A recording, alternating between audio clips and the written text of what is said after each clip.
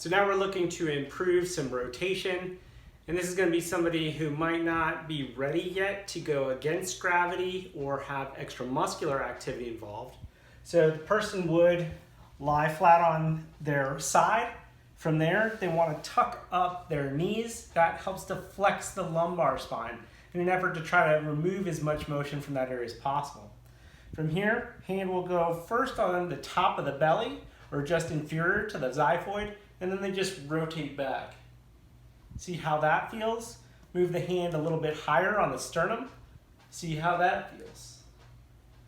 Get up to the top of the chest. Again, you'll note my arm is moving with me. It's not just moving like this, so I'm bringing that arm up and I'm leading with the elbow.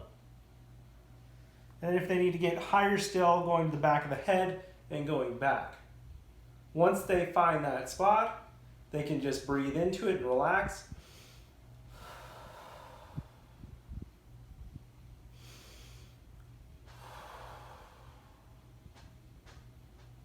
And then once they've got that opened up, then you would want to use the motion.